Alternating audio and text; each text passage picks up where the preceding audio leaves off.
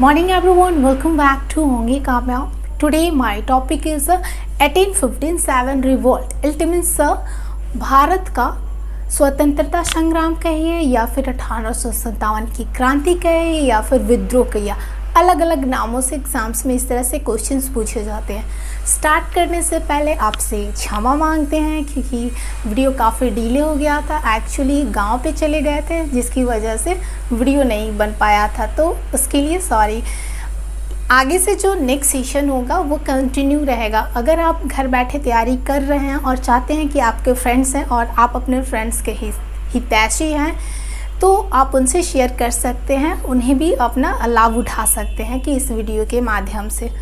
तो चलिए स्टार्ट करते हैं। मैंने यहाँ पे कुछ पॉइंट्स कवर किए, पॉइंट्स को पहले हम देख लेते हैं क्योंकि पीटी में जो होता है कि ये सारी चीज़ें एमसीक्यू टाइप से पीटी में पूछता है और मेंस में जो होगा वो स्टोरी के माध्यम से हम आपको बताएंगे। जो भी आपको इम्पोर्टेंस लगे आप उसका कंटेंट लिखिए और उसके सेंटेंसेस बनाते रहिए, ठीक है। उससे पहले आपको स्टोरी के माध्यम से बिल्कुल ही कवर कर लीजिए, अपने माइंड में सेट कर लीजिए और कंटेंट बनाइए। तो इस तरह से आपको 1857 रिवोल्ट से बिल्कुल भी एक भी क्वेश्चन मिस नहीं होगा। तो चलिए स्टार्ट करते हैं पहले पॉइंट्स की तरफ। विद्रोह दबाने के लिए नियुक्त सेनापति कौन थे? यानी कि विद्रोह जब इस भारतीयों ने किया था तो उसको दबाने के लिए अंग्रेज़ों ने अपने तरफ से एक शासक भेजा जो सेनापति था। उसका नाम क्या था? कैंपबेल था। विद्रोह का प्रतीक क्या था? यानी कि भारतीय जो थे वो विद्रोह करना चाहते तो एक जगह से दूसरी जगह कैसे पता करेगा, तो उनका एक प्रतीक था। यानी कि किसी भी तरीके से, कैसे आजकल का जैसे होता है ना कि चुनाव होता है तो एक पत्र होता है, चुनाव पत्र होता है, तो वैसे ही उन लोगों का एक प्रतीक रहता था। तो प्रतीक में क्या था? तो रोटी और कमल था। क्या था? रोटी और कमल था। नेक्स्ट में देखते हैं भारत का गवर्नर जनरल कौन था? यानी कि जब 1857 रिवोल्ट हो रहा था तो उस वक्त भारत का कौन था? तो लॉर्ड कलिंग था। कौन था? लॉर्ड कलिंग था। भारत का लॉर्ड कलिंग था। तो ब्रिटेन का भी पूछता है कि ब्रिटेन के उस वक्त का प्रधानमंत्री कौन था? यानी कि जब 1857 की क्रांति हो रही थी तो ब्रिटेन के प्रधानमंत्री कौन थे? तो ब्रिटेन के प्रधानमंत्री थे पॉन्टन थे, ठीक है। विद्रोह की शुरुआत कब और कहाँ पे हुई? तो विद्रोह की शुरुआत 10 में मेरठ के यूपी से हुआ था। कब हुआ था? तो 10 में यानी कि 10 मई 1857 में मेरठ के यूपी में हुआ था, ठीक है। मेरठ के यूपी में हुआ था। 1857 की क्रांति के स्थान पर भारत का मुगल सम्राट कौन था? भारत का उस वक्त मुगल सम्राट कौन था? तो बहादुर शाह द्वितीय था। कौन सा था? बहादुर शाह द्वितीय था, ठीक है। ये कुछ इम्पॉर्टेंट्स है जो कि पीटी में पूछ लिए जाते हैं अगर आप बीपीएससी या फिर बिहार एसआई का प्रिपरेशन कर ले। इनफैक्ट किसी भी बिहार से रिलेटेड जो एग्ज़ाम्स होते हैं तो बिहार स्पेशल है तो वहाँ से ये कुछ क्वेश्चन राइज कर लिए जाते हैं, ठीक है। और मेंस में तो डेफिनेटली पूछता है। तो ये कुछ पॉइंट्स हो गए। अब हम देख लेते हैं कि रीज़न क्या था, क्रांति होती क्या है। क्रांति क्या होता है? क्रांति जब हमारे समाज में हमारे एक परिवर्तन, बहुत बड़ा जब परिवर्तन होता है तो उसको हम क्रांति बोलते हैं। लेकिन जब वही उग्र रूप धारण कर लेता है तो उसको हम क्या बोलते हैं? विद्रोह। ज़्यादा दोनों में डिफरेंट नहीं है, ये दोनों का सीनो वर्ड्स है, यानी कि समान वर्ड्स है, लेकिन थोड़ा सा डिफरेंस है, ठीक है। क्रांति यानी कि भारतवर्ष या किसी भी समाज में जब परिवर्तन होता है, बहुत बड़ा परिवर्तन होता है तो उसको क्रांति बोलते हैं। जब वो उग्र रूप धारण कर लेता है तो उसी को हम विद्रोह कहते हैं। उन्हीं में से एक है 1857 रिवोल्ट, यानी कि 1857 की क्रांति उन्हीं में से एक है। इसकी स्थल भूमि बहुत पहले ही तैयार कर दी गई थी। कुछ इसके रीज़न थे, यानी कि अंग्रेज तो बहुत पहले ही आ गए थे भारत में। ऐसा क्या रीज़न रहा जिसकी वजह से ये विद्रोह करना पड़ा, भारतीयों को विद्रोह करना पड़ा, उनके सामने आके लड़ना पड़ा। अंग्रेज से बहुत भारतीय डरते थे, उनके सामने ठीक से खड़े भी नहीं हो पाते थे और ये अचानक से ये विद्रोह रिवोल्ट पे उतर है। कुछ तो रीज़न हुआ होगा। तो चलिए उन रीज़न को हम देखते हैं, ठीक है। ये सारे कुछ पॉइंट आउट है, आप इसको क्या कर लीजिए, शॉर्ट स्क्रीन से या नोट डाउन कर लीजिए, ठीक है। हो गया। चलिए इसको हम इरेज कर लेते हैं। मैंने यहाँ पे कुछ ट्रिक राइज किए हुए हैं। कोई भी चीज़ अगर याद करना है क्योंकि इसके रीजंस जो है बहुत हैं, यानी कि प्रमुख कारण इसके बहुत सारे हैं, तो मैंने एक छोटा सा इसमें से ट्रिक निकाले हैं कि ताकि हमें लॉन्ग टाइम के लिए थोड़ा इजीली याद रहे। आप ऐसे भी चाहें तो याद रख सकते हैं। तो यानी कि अशक्त प्रेष धत, यानी कि अशक्त होते हैं प्रेष वाले, तो वो क्या बोलेंगे अगर उनका कोई सहपाठी होगा तो धत बोलते हैं। अशक्त होते हैं क्या प्रेष वाले, एकदम छोटे छोटे वर्ड्स लेने हैं। बच्चे क्या होते हैं छोटे छोटे वर्ड्स लेते हैं और यूज़ करते हैं, तो वैसे ही आपको बिल्कुल ही छोटे से वर्ड्स लेने हैं, ठीक है। तो अ से क्या हो जाएगा, अ से आर्थिक, अ से आर्थिक कारण, ठीक है, अ से आर्थिक कारण। असत प्रेष धत, क्या याद रखेंगे, असत प्रेष धत। तो अ से आर्थिक कारण, पहले हम कारण देख लेते हैं, फिर इसके अंदर देखते हैं कि क्या कारण थे वास्तव में, ठीक है। तो एक आर्थिक कारण थे, आर्थिक कारण के बाद क्या हो जाएगा, स से हो जाएगा आपका सामाजिक कारण, सामाजिक कारण था। इसके अलावा क्या थे, त से यानी कि तकनीकी कारण, तकनीकी कारण थे, ठीक है। इसके बाद यानी कि प्रे से यानी कि प से याद रखेंगे प्रशासनिक, प्रशासनिक कारण, या फिर इसको राजनीतिक बोल सकते हैं, राजनीतिक, राजनीतिक कारण, ठीक है। और स से क्या याद रखेंगे, सैनिक कारण, क्या याद रखेंगे, सैनिक कारण थे, सैनिक कारण। यानी असत्य प्रेष धत, अ से आर्थिक कारण, स से सामाजिक कारण, और त से तकनीकी, प से क्या प्रशासनिक, क्या राजनीतिक, और स से सैनिक कारण। ध से याद रखेंगे क्या, धार्मिक कारण, ध से धार्मिक कारण। इसके बाद लिखेंगे त से यानी कि तत्कालीन कारण, तत्कालीन कारण, ठीक है। ये 6 to 7 टोटल आपका रीजन हो जाएगा। रीजन एक्चुअली में बहुत सारे थे, but which are the importance I just cover in this lesson, okay. So let's start it. First of all we cover the आर्थिक कारण। आर्थिक कारण में क्या ऐसे रीजंस थे, तो इसमें किसानों को क्या किया जाता है, किसान हो गया, रैयतवाड़ी हो गया, उनसे बहुत सारे क्या अंग्रेज लगाम वसूली करते थे। अगर अकालत पड़ जाता, सॉरी अकाल पड़ जाता था, उस स्थिति में भी अंग्रेज क्या करते थे, किसानों से लगाम की वसूली करते थे। तो किसान क्या होते थे, नहीं कर्ज चुका पाते थे, तो उनकी खेती की नीलामी कर दी जाती थी। तो इस तरह से किसानों का आत्मविश्वास धीरे धीरे क्या होने लगा, गिरने लगा, कि कई दूर दूसरे शहर में जाने लगे, तो कोई कहीं और जाने लगा। इस तरह से उनका आत्मविश्वास में क्या आने लगी, कमी आने लगी। तो यहाँ पे हम लिखेंगे किसान, रैयतवाड़ी, इसके अलावा जमींदार, ये सब क्या कर रहे हैं, इन पे क्या किया कर लिया गया था, ये सब पे कब्जा कर लिया गया था, ठीक है। ये सब पे क्या किया गया था, तो कब्जा कर लिया गया था। लगान की वसूली होने लगी, तो एक लगान की जब वसूली होने लगी, लगान वसूली, जब अकाल पड़ता तब भी इनके क्या किया जाता, लगाम वसूली किया ही जाता फिर भी। तो इस तरह से किसानों के मन में यानी कि आत्मविश्वास की कमी आने लगी, आत्मविश्वास की क्या आने लगेगी, कमी आने लगी। मैंने यहाँ पे पूरे सेंटेंस टू सेंटेंस नहीं राइट किया है, कंटेंट है, यानी कि किसान है, रैयतवाड़ी है, ज़मींदार है, लगान वर्ड्स हो जाएंगे। तो ये आपके कंटेंट है। कंटेंट क्या होता है, आपको चूज करना होता है कंटेंट। अब उसके क्या कर सकते हो आप, सेंटेंसेस यानी कि वाक्य, आप उसको एक सेंटेंस का रूप आप दे सकते हैं।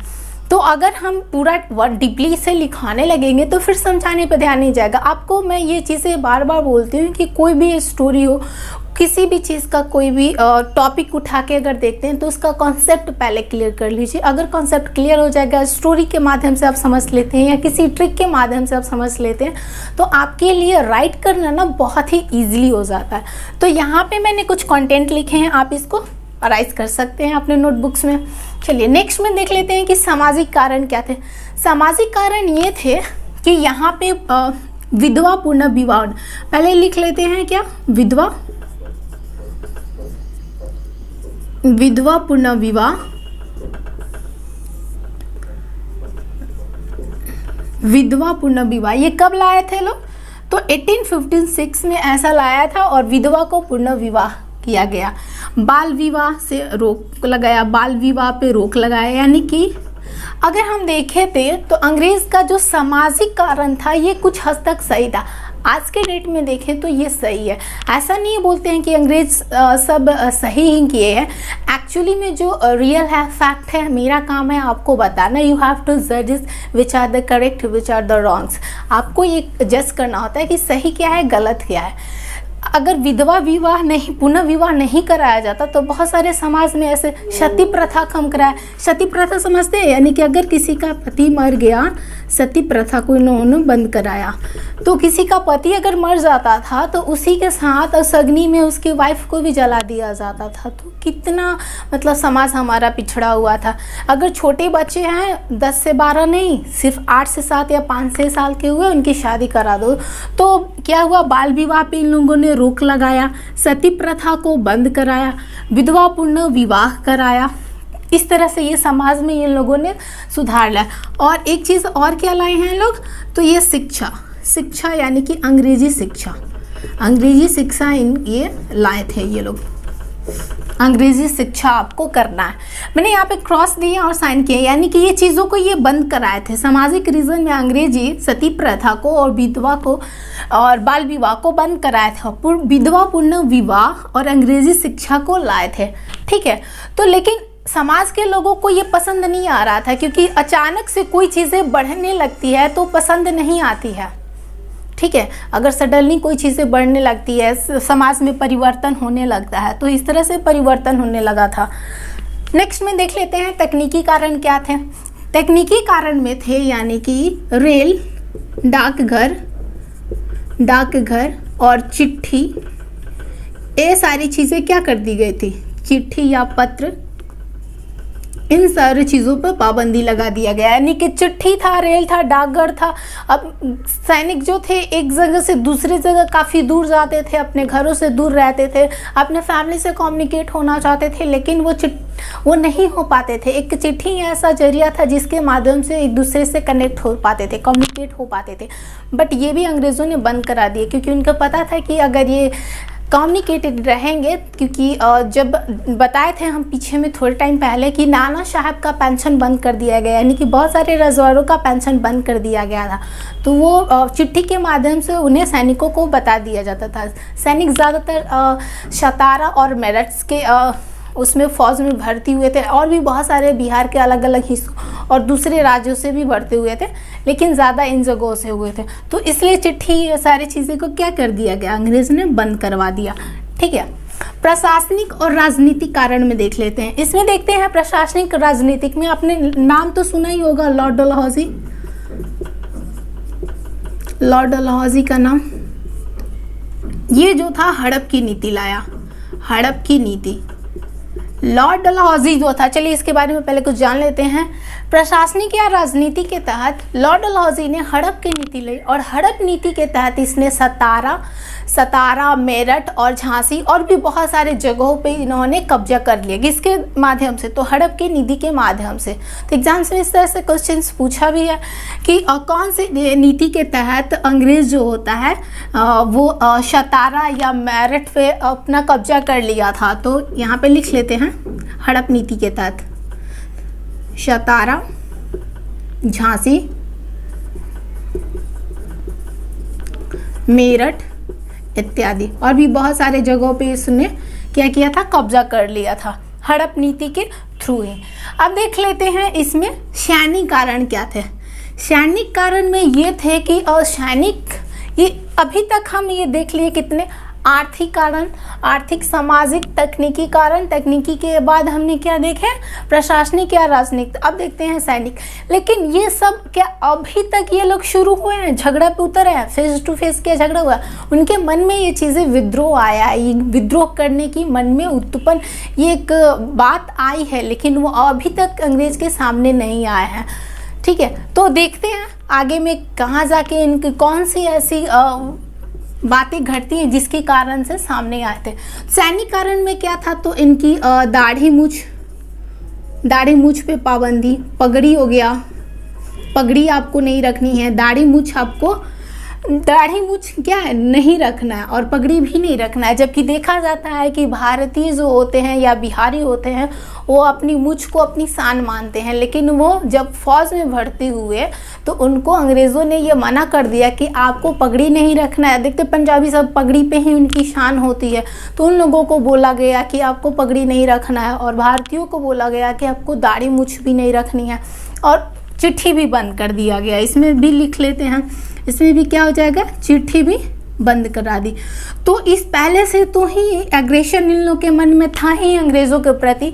अब ये लोग और भड़क उठ रहे थे, धीरे धीरे सारी चीज़ दिख रहे हैं। समाज से लोग भी परेशान थे अंग्रेज से, तकनीकी व्यवस्था अच्छी नहीं थी, राजनीतिक व्यवस्था, और राजनीतिक व्यवस्था में एक चीज़ इन्होंने और किए थे, नाना साहब का जो था ना, नाना साहब का पेंशन बंद करा दिया। नाना साहब का पेंशन बंद, ठीक है। सिर्फ नाना साहब का ही नहीं, जो भी रजवाड़े थे उनका पेंशन बंद करा दिया गया था। तो इस तरह से राजनीति के तहत जो भी राजाएं थे, जो भी देश के या फिर जिला के राजाएं थे, वो इन अंग्रेज़ों की नीति से परेशान थे। एक तो हड़प नीति पहले से ही ला के परेशान कर दिए थे, बहुत सारे जगहों पे अपना अधिकार कर लिया था। इन सारी जगहों पे क्या कर लिया था अंग्रेज़ों ने, अधिकार अपना जमा लिया था। और नाना साहब और भी बहुत सारे रजवाड़े थे, उनका क्या कर दिया गया, पेंशन बंद कर दिया जाएगा। तो आप सोच सकते हैं कि अचानक से आपको बहुत सारी चीज़ें दी जा रही हो और कोई आता और आपका अधिकार छीन लेता है, तो बहुत बुरा लगता है। तो इस तरह से इन लोगों के मन में एक आग धीरे धीरे उत्पन्न होने लगी। अब हम चलते हैं धार्मिक कारण में क्या होता है, ठीक है। धार्मिक कारण में, यानी कि आज भी धार्मिक कारण को आप छेड़ नहीं सकते हो किसी भी तरीके का, कैसा भी हो। सबकी अपनी अपनी मानसिकता होती है, अपने अपने नियम होते हैं, कानून होते हैं। जो जैसे पहले से जीता आ रहा है उसी को सच मानता है, तो उसमें आप कोई भी छेड़खानी नहीं कर सकते। उस टाइम अंग्रेजों इसमें भी छेड़खानी की है। तो इसमें क्या किए थे, तो अंग्रेज़ों का मानना था कि आप हिंदू जो है और मुस्लिम है, आप सब ईसाई धर्म अपनाओ। ईसाई धर्म अपनाओ, ये तो चलो ठीक है कि अगर किसी को कोई धर्म अडॉप्ट करना होगा तो वो उसके ऊपर डिपेंड करता है कि उसे ले सकता है या नहीं ले सकता है। लेकिन अंग्रेज ज़बरदस्ती करते थे कि नहीं, आपको ईसाई धर्म अपनाना ही है, और इसके साथ जो भी हिंदू धर्म के थे उसकी बुराई करते थे। एक जगह से दूसरे जगह जब अंग्रेज आते थे तो हिंदू धर्म, मुस्लिम धर्म और भी दूसरे जातियों को क्या करते थे, बुराई करते थे और मजबूर करते थे कि आपको अपनाना है, यानी कि ईसाई धर्म। तो ईसाई धर्म थोपा जा रहा था, ईसाई धर्म जबरदस्ती क्या किया जा रहा था, इस चीज़ को थोपा जा रहा था कि नहीं, आपको क्या करना है, ईसाई धर्म अपनाना है। ये जबरदस्ती किया जा रहा था, ठीक है। अभी तक ये लोग शांत हैं। अभी तक भारतीय जो किसान हो गए, सामाजिक और राजनेताएं हो गए या सैनिक हो गए, अभी तक सबके मन में विद्रोह की भावना उत्पन्न हुई है, लेकिन कोई भी सामने अभी लड़ने के लिए नहीं गया है। और ये भी सच है कि कोई भी अभी लड़ नहीं सकता, क्योंकि अंग्रेज के सामने से कोई सही से खड़ा नहीं हो सकता है, तो उनसे लड़ाई कैसे कर सकता है। लेकिन सबके मन में एक बात उत्पन्न हो गई थी कि हमें लड़ना है। अब कब तक कोई बर्दाश्त करेगा, अब बहुत हो गया, हद हो गई, बहुत कर लिया तूने। तो यहाँ पे अब देख लेते हैं तत्कालीन। यहाँ से तो एकदम बवाल ही उठ गया। और एग्जाम्स में ये भी पूछता है कि कौन से ऐसे कारण, तत्कालीन में कौन सी ऐसी घटनाएं घटी थी जिसकी वजह से 1857 जो रिवॉल्ट हुआ, एकदम स्टार्ट हुआ, अंतिम चरण रूप ले लिया था, एकदम आग बबूला सब पहले से ही हो रहे थे। तो इसमें क्या कर दिया लोग अंग्रेज़ों ने, तत्कालीन रीजन में यहाँ पे बेसफील्ड राइफल था, यानी तत्कालीन रीजन में बेसफील्ड राइफल था, और बेसफील्ड राइफल के जगह पे एनफील्ड राइफल ला दिया। और एनफील्ड राइफल जो होता है उसकी कारतूस तो होती है, वो सैनिकों को ना ऐसे मुंह से निकाल के फिर उसमें लोड किया जाता है। और वो जो कारतूस बना हुआ था वो गाय और सूअर का बना हुआ था। गाय, हम भारतीय उस गाय को माता मानते हैं अपनी, तो उसकी मांस को अपने दांत से कैसे खींच सकते हैं, तो ये भारतीय इससे मना करती है। और मुस्लिमों का कहना होता है कि सूअर का अगर नाम एक बार ले लेंगे तो वो 40 दिन तक अशुद्ध हो जाते हैं। तो इस रीज़न से वो भी इस क्या किए थे, एनफील्ड राइफल को नहीं टच कर रहे थे। अब ये बात तो पूरे सैनिकों में फैल गई कि बेसफील्ड के जगह पे एनफील्ड रहा है, जिसमें शुअर और गाय की चर्बी का मांस से बना हुआ है। और ये दोनों रीज़न आप समझ रहे हैं, एकदम परेशान थे। चलिए इसको हम लिख लेते हैं, यहाँ पे डाउन में लिख लेते हैं। बेसफील्ड राइफल किस जगह पे क्या लाए थे लोग, एनफील्ड राइफल। ये बना किस चीज से था कि ये क्या बना हुआ था, इसका पाउडर किस चीज में था, तो कार सूतों में था। इस तरह से ये लोग मना कर दिए और ये बात पूरे सबको फैल गई कि ये हमें इसका इस्तेमाल नहीं करना है। तो जो 34वें NI के बटालियन जो थे, बटालियन यानी कौन थे बटालियन, तो मंगल पांडे, उन्हें इस बात का अगर पता चला तो ये अंग्रेज़ों के पास गए और इसका विरोध करने लगे कि हम यूज़ नहीं करेंगे। सैनिकों ने राइफ़ल को फेंक दिया और बोला कि हम इसका इस्तेमाल नहीं करेंगे क्योंकि इसमें गाय और सुअर का जो मांस या पाउडर मिला के कारतूस बना हुआ है, तो हम इसका इस्तेमाल नहीं कर सकते हैं। तो मंगल पांडे गए और अंग्रेज़ों से बोला, तो अंग्रेज़ इसको दबाने की कोशिश किए तो मंगल पांडे ने उनको गोली मार दिया। अब ये बात अंग्रेज़ों को पता चल गई। क्या किया कि मंगल पांडे को अरेस्ट कराया और इन्हें फांसी की सज़ा सुना दी। तो वहाँ के जो जल्लाद थे वो इनको फांसी पर नहीं लटका रहे थे, तो फिर कलकत्ता से बुलाया गया जल्लादों को और फिर इन्हें फांसी पर लटकाया गया। इन्हें फांसी पे कब लटकाया गया, ये ऐसे क्वेश्चंस पूछता है। तो 8 अप्रैल 1857 को, यानी कि 8 अप्रैल और 1857 में मंगल पांडे को क्या किया गया, इनको फांसी पे लटकाया गया। अब ये चिंगारी सिर्फ एक भड़कने की देरी थी और वो यही एक चिंगारी था जो पूरे सैनिकों में अब एकदम आग बबूला, तो पहले से ही होके बैठे हुए थे, अब एकदम रेडी हो गए थे कि अब हम अंग्रेज़ों को नहीं छोड़ेंगे। हर गांव में किसान मजदूर सब यहाँ से रेडी थे। अभी तक हम जितने सारे कवर किए, अब सैनिकों में ये बात पता चली। अब ये क्या किए, पूरे गोंदी बारूद लेकर एकदम रेडी हो गए कि अब हमें इन पे हमला बोलना है। दूसरे जगह गए और वहाँ पे कितने जगह जाके वहाँ से बंदूकें चुराई, फिर जाके दिल्ली पे कब्जा भी कर लिया। और इस तरह से क्या हुआ, 1857 एक बड़ा सा रूप, भयानक रूप धारण ले लिया।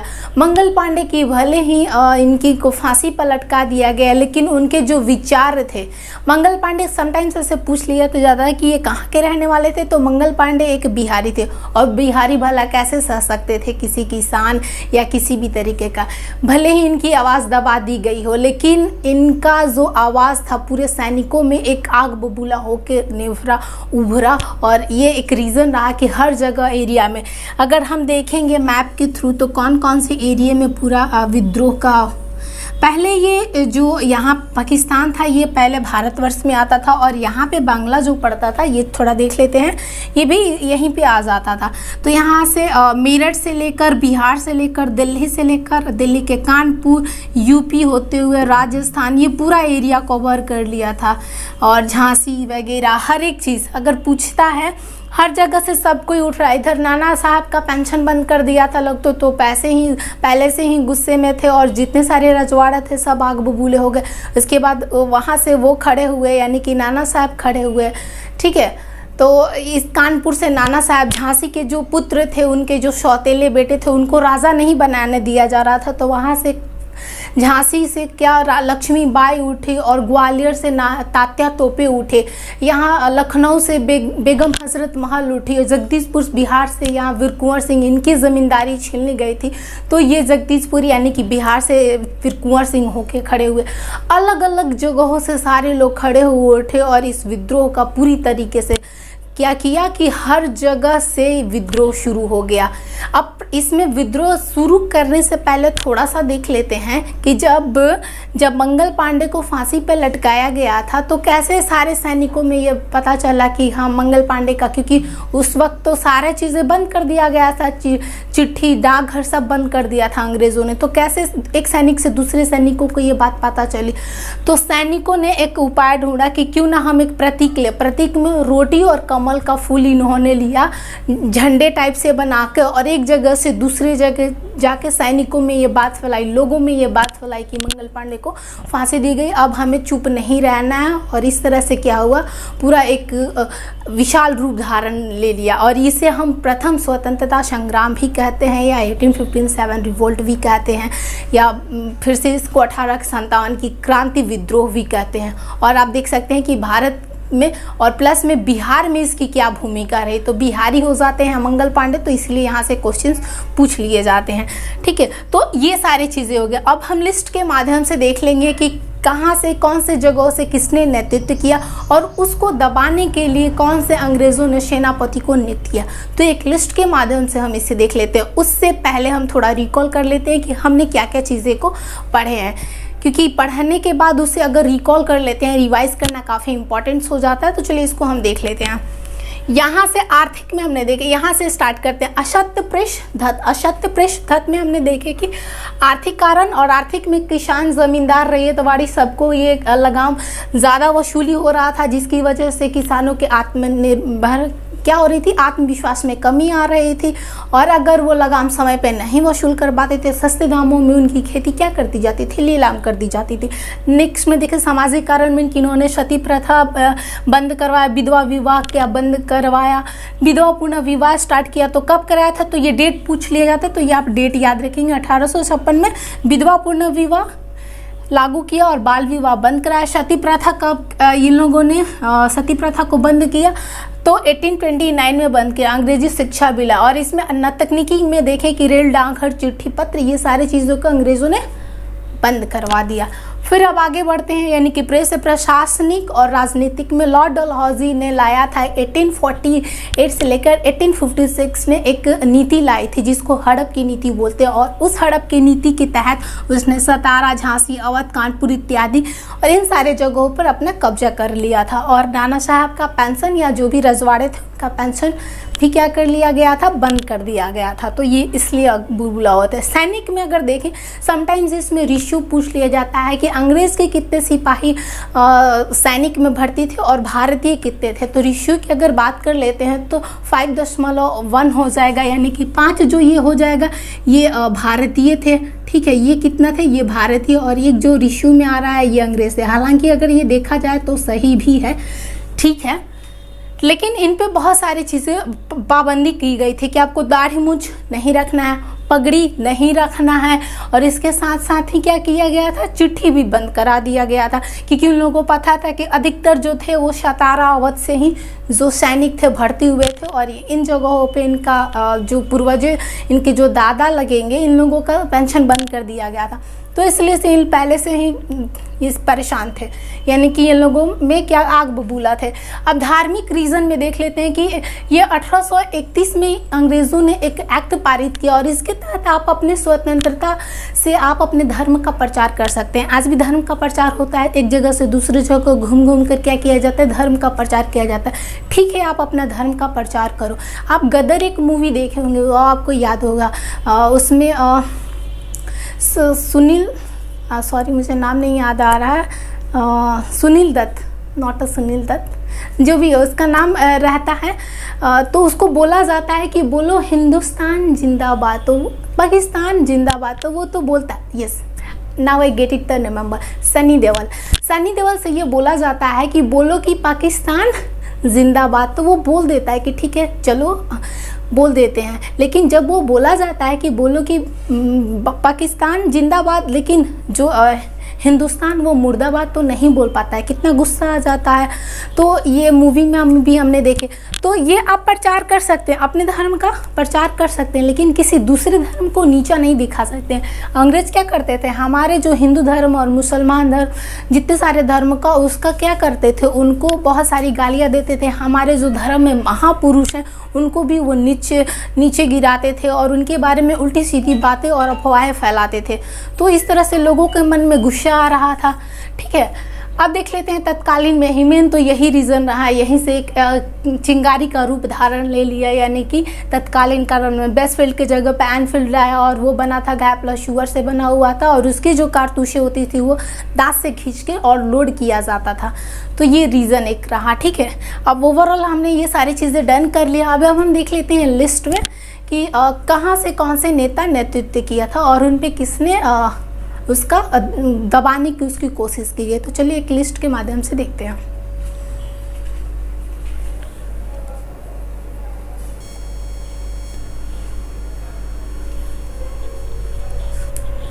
तो आपने एक लिस्ट बनाया हुआ है, चलिए इसको देख लेते हैं, क्योंकि एग्जाम्स में ये क्वेश्चंस पूछे जाते हैं कि किसने कहाँ से नेतृत्व किया था। कभी दिया रहता है कि दिल्ली से बहादुर शाह द्वितीय, लखनऊ में बेगम हसरत, कानपुर से नाना साहब और सी में दिया रहेगा कुछ, मतलब दूसरा मैच करके दिया रहेगा।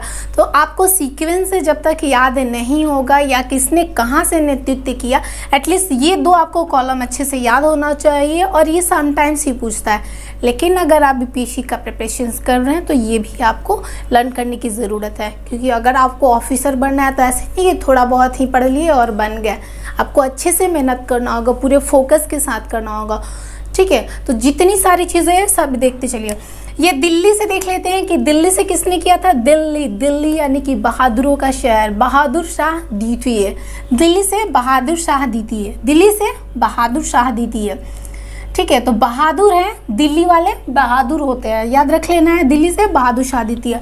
लखनऊ बेगम होता है, हसरत महल है, लखनऊ में महल है, लखनऊ में महल है, यानी कि बेगम लखनऊ से हो जाएगा, ठीक है।